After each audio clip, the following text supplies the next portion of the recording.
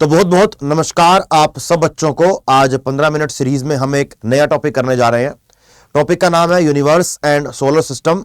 ये एक ऐसा टॉपिक है जिसके क्वेश्चन आपके एग्जाम में आपको हर बार देखने को मिलते हैं।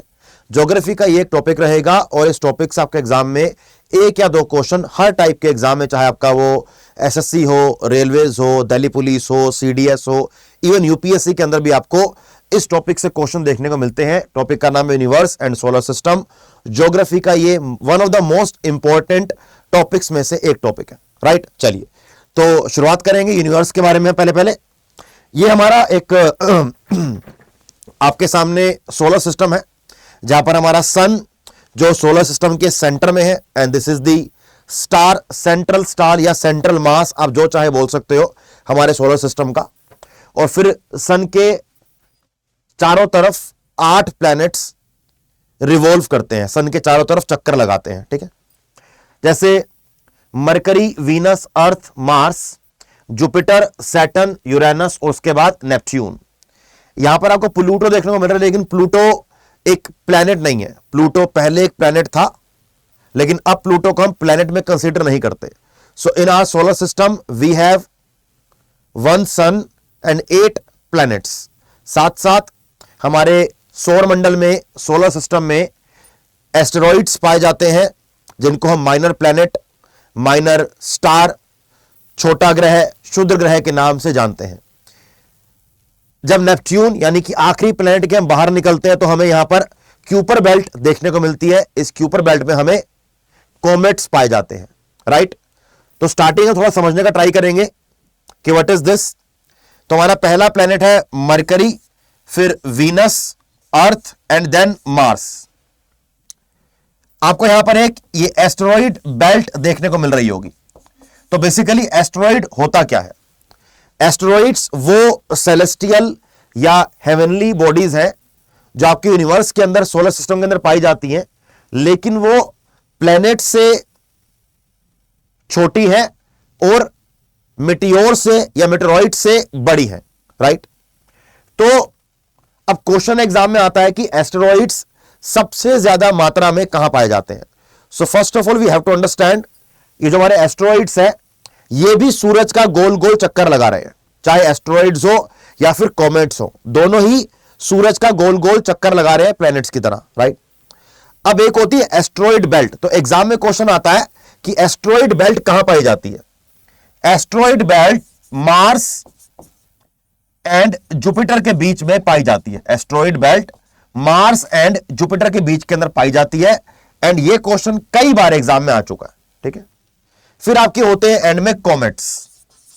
कॉमेट्स बर्फ, मिट्टी के कण, गैसेस से बने होते हैं और ये सूरज से बहुत दूर होते हैं, राइट। यानी कि हमारा जो नेपच्यून लास्ट प्लैनेट है, उसके बाद क्यूपर बेल्ट में हमें कॉमेट्स पाए जाते हैं। कॉमेट्स को हम पुच्छल तारा ही बोलते हैं, क्योंकि जब ये सन का चक्कर लगाता है गोल गोल, तो इसकी जो टेल होती है ना, टेल, वो टेल हमें दिखाई देती है चमकती हुई, इसीलिए इसको पुच्छल तारा कहा जाता है। टेल का मतलब पूंछ होता है ना, राइट। अब जितने प्लैनेट्स एस्टेरॉइड बेल्ट के इस तरफ हैं और जितने प्लैनेट्स एस्टेरॉइड बेल्ट के इस तरफ हैं, इन दोनों की अपनी अपनी कोई एक खास बात है। जितने प्लैनेट एस्टेरॉइड बेल्ट के इस तरफ है, पहली बात तो ये इनका साइज काफी छोटा होगा। पहली बात तो ये कि इनका साइज जो होगा वो काफी छोटा होगा। अब छोटा और बड़ा जब भी हम कोई चीज कंपेयर करते हैं, यानी कि हम किसी चीज से उसे कंपेयर कर रहे हैं, तो अगर मैं एस्टेरॉइड बेल्ट के इस तरफ के प्लैनेट्स को और एस्टेरॉइड बेल्ट के उस तरफ के प्लैनेट्स को कंपेयर करूं, तो इन चारों का साइज कम होगा, इन चारों का साइज ज्यादा होगा, क्योंकि ये सूरज के पास है।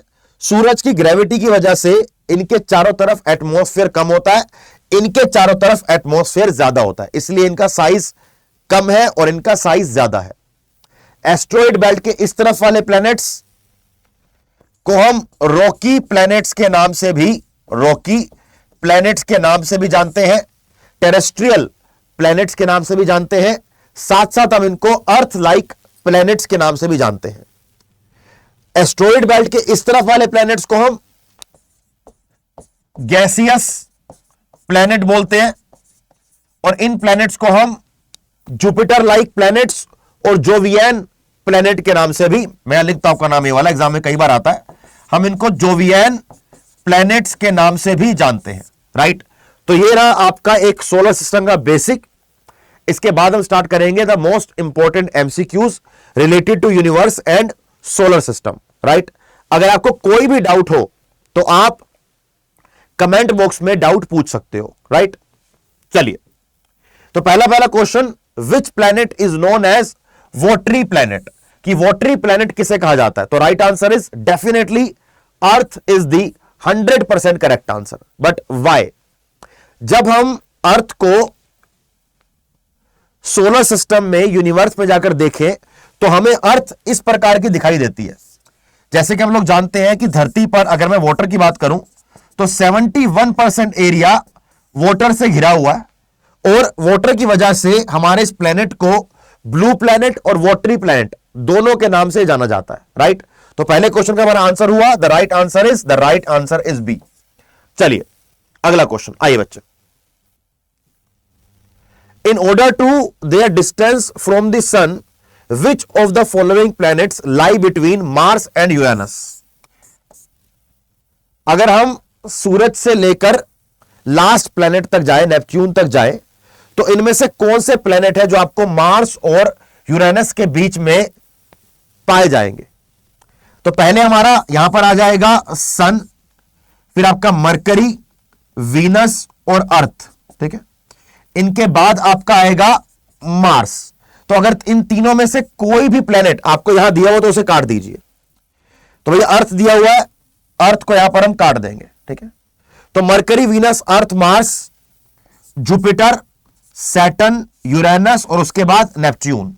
क्या क्वेश्चन है भैया कि मार्स और यूरेनस के बीच में, मार्स और यूरेनस के बीच में कौन सा आएगा? जुपिटर और सैटर्न आएगा। दिया हुआ में, very good. Right answer is again, the correct answer is again B, the correct answer is again B.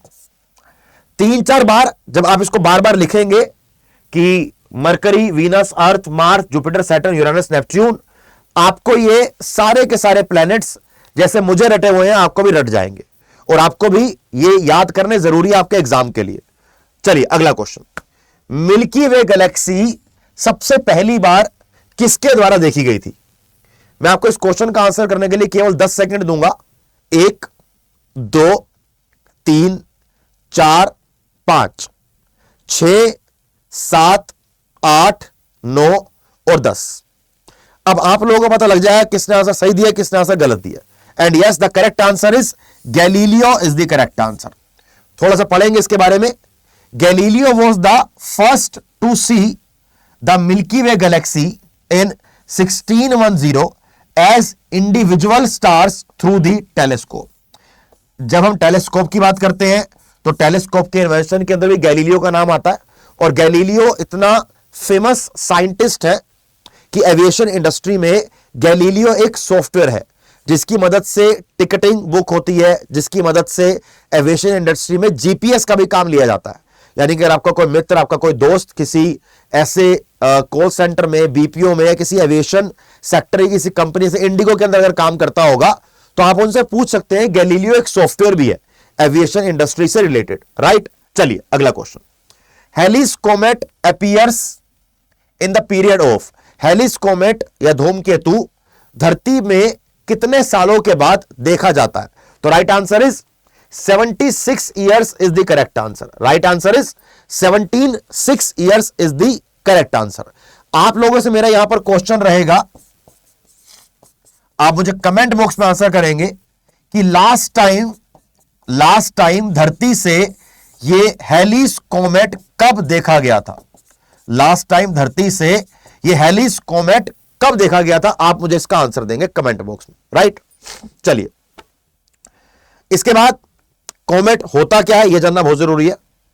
हम जान चुके ऑलरेडी, कॉमेट एक धूमकेतु है जिसको हम, वैसे तो हिंदी के अंदर इसको धूमकेतु कहा जाता है, हम इसको वैसे पुच्छल तारा भी कहते हैं, राइट। जैसे आपका ये सोलर सिस्टम है, ये आपका mercury, Venus, Earth, Mars, Jupiter, Saturn, Uranus, और आपका ये एंड में आ जाता है बिल्कुल नेपच्यून। यहां पर आपका नेपट्यून पाया जाता है, ठीक है। तो नेपट्यून के बाहर आपको जो लेयर नजर आ रही है, ये वाली, यह है क्यूपर बेल्ट, यह है क्यूपर बेल्ट।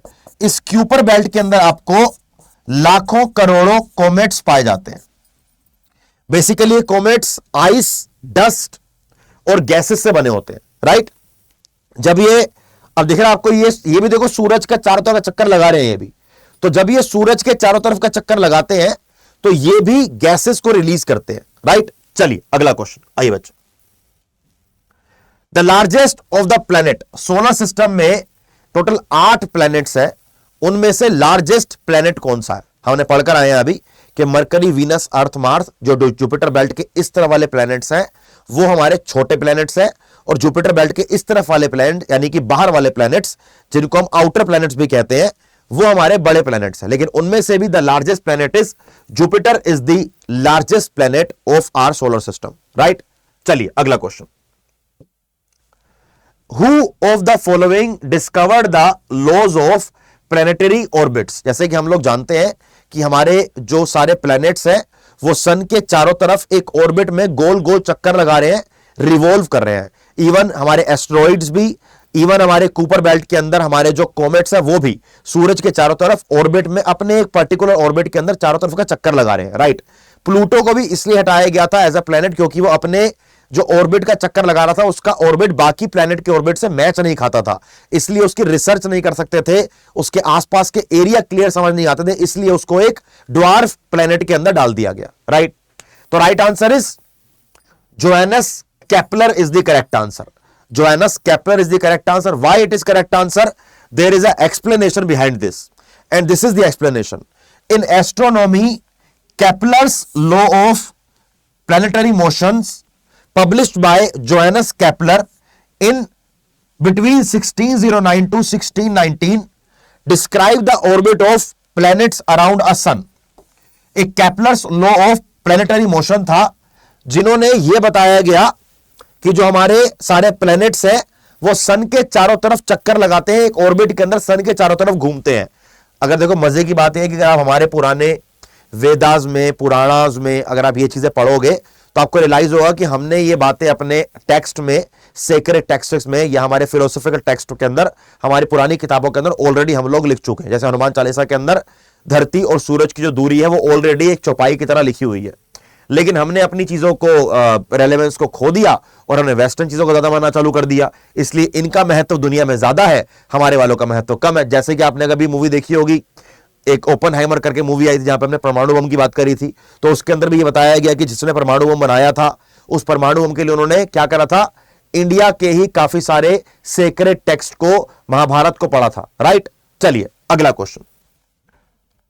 मतलब महाभारत का नाम भी आया, एक दो नाम पुराणों के नाम भी आए थे, उनको पढ़ के उन्होंने उस सिस्टम को बनाया, अपने जीवन के बारे में काफी कुछ सीखा था। Which planet is considered as the earth twin planet due to similarity in shape and size? The right answer is Venus. Venus को हम मतलब अर्थ का जुड़वा प्लैनेट, ट्विन ऑफ अर्थ भी कहते हैं, राइट। चलिए अगला question. The change in the seasons on the earth occur to. देखो हम लोग जानते हैं कि दिन और रात क्यों होते हैं, क्योंकि अर्थ रोटेट करती है वेस्ट टू ईस्ट। ईस्ट में सूरज निकलता है और वेस्ट में जाके छुपता है, ऐसा नहीं है। बेसिकली क्या है कि अर्थ मूव कर रही है वेस्ट से ईस्ट, दिन में एक बार रोटेट करती है। अभी भी अर्थ घूम रही है लेकिन उनको पता नहीं लगता। लेकिन जो अर्थ में सीजन्स चेंज हो रहे हैं, जैसे सर्दी, गर्मी, आपका ये रेनफॉल का सीजन आता है, तो ये सीजन चेंज कैसे होते हैं? हमारी जो अर्थ है वो बिल्कुल ऐसी राउंड तो है लेकिन एग्जैक्टली सामने नहीं है सन के, वो हल्की सी इस प्रकार के टिल्ट है। जैसे मानोगे ऐसे मेरा खड़ा हुआ, ये मेरा स्ट्रेट है, this is straight and this is tilt, तो हमारी अर्थ ऐसे टिल्ट है और उस टिल्ट होने की वजह से हमारे यहां पर सीजन्स में चेंजेस देखने को मिलते हैं, राइट।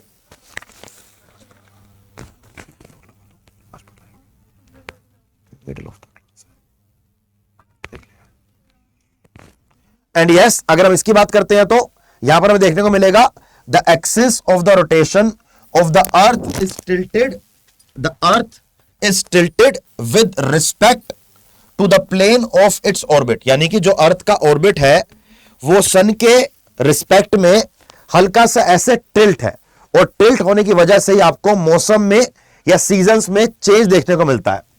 अब टिल्ट देखो ऐसे है, अगर मैं यहां पर सामने सूरज बना दूं, अगर मैं इस प्रकार यहां पर सूरज क्रिएट कर दूं,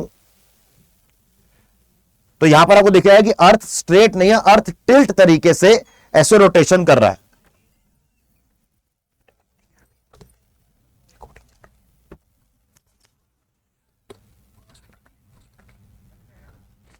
राइट, तो अर्थ का टिल्ट कितना अगर एग्जाम में क्वेश्चन आ जाए, that is 23.5 degree is the correct answer. ध्यान रखेंगे इस बात को। चलिए बच्चा अगला क्वेश्चन आइए नेक्स्ट।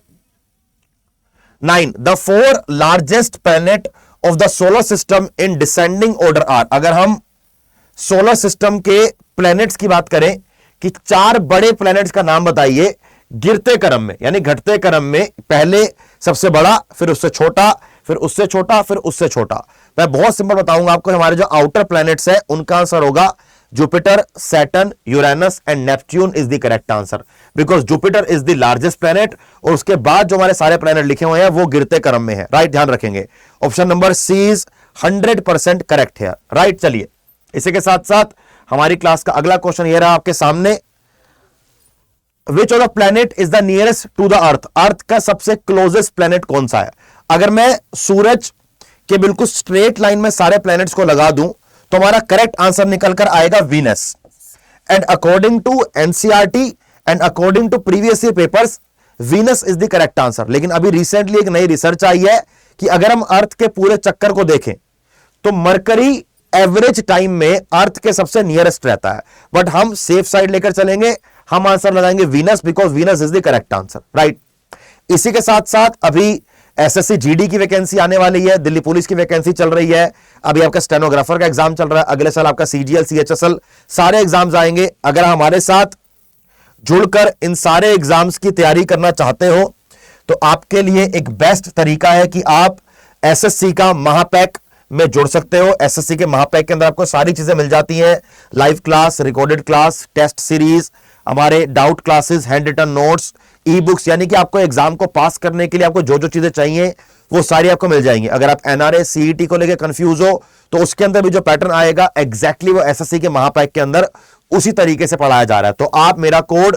Y724 लगाकर हमारे इस कोर्स के अंदर एनरोल कर सकते हैं। आपको ये कोड लगाते ही 80% का डिस्काउंट मिल जाता है। राइट, इसके साथ साथ अगर आपको मेरी डेली क्लासेस की और 15 मिनट सीरीज की सारी पीडीएफ चाहिए तो हमारी ऐप को डाउनलोड कर कीजिए। ऐप का लिंक हमारे वीडियो के डिस्क्रिप्शन के नीचे लगा हुआ है, आगे लिखा होगा साहिल मदान, उस पर क्लिक करके ऐप को डाउनलोड कीजिए। मेरे ग्रुप जीएस बाय साहिल मदान को ज्वाइन कीजिए, आपको सारी की सारी पीडीएफ मिल जाएंगी। तो बच्चे आज के लिए इतना ही। All the very best to all of you. जय हिंद।